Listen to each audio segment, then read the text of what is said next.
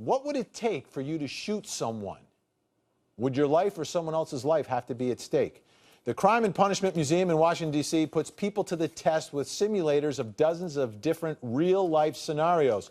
So we sent Michelle Sagona out with a few men and women from active neighborhood watch groups to gauge their reactions. Michelle, great to see you. Good to see you, Vinny. So what'd you find out? Well, it was interesting. I reached out to a lot of neighborhood watch groups between Virginia, Maryland, and the district, and I was able to round up a few of them who came in. Each one of them has a different story that you'll see here in just a moment. But they were, at first, I think, a little nervous, and then towards the end became a little bit more comfortable.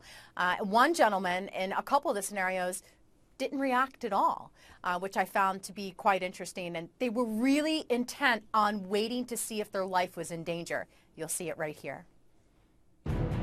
Do you carry a gun when you're on patrol? No, nothing like that. I'm just extra eyes. Leanne Swisher is one of the leaders of her neighborhood watch in Herndon, Virginia.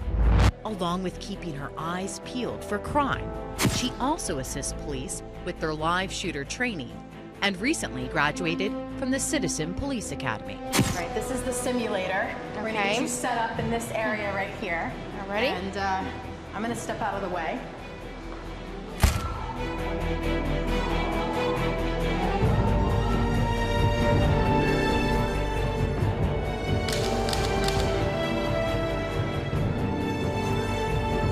That got me pumping a little bit. What are you taught to do in a neighborhood We're watch? taught to be very vigilant, to be very observant, not to confront. Felicia Nembard is active in her local watch and has been for years. Recently, she used her watchful eye to help nab 2 suspected burglars in her own neighborhood. Today, she's anxious to see how she will react during this intense situation.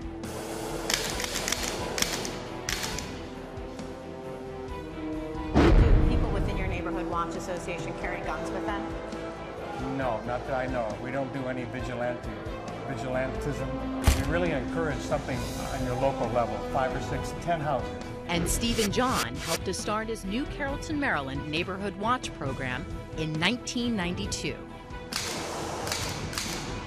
Oh, geez, I hate to kill him, but I could just disarm him. I felt that I had a shot when he moved her out of the way a little bit. He had almost a full half of his body visible. I wanted to make sure that the hostage was out of the way, and I also wanted to make sure that he tried to engage a shot at us before I responded. Your eyes were intense through this whole thing. I mean, they were bouncing back and forth. You were waiting to find your target and make your move.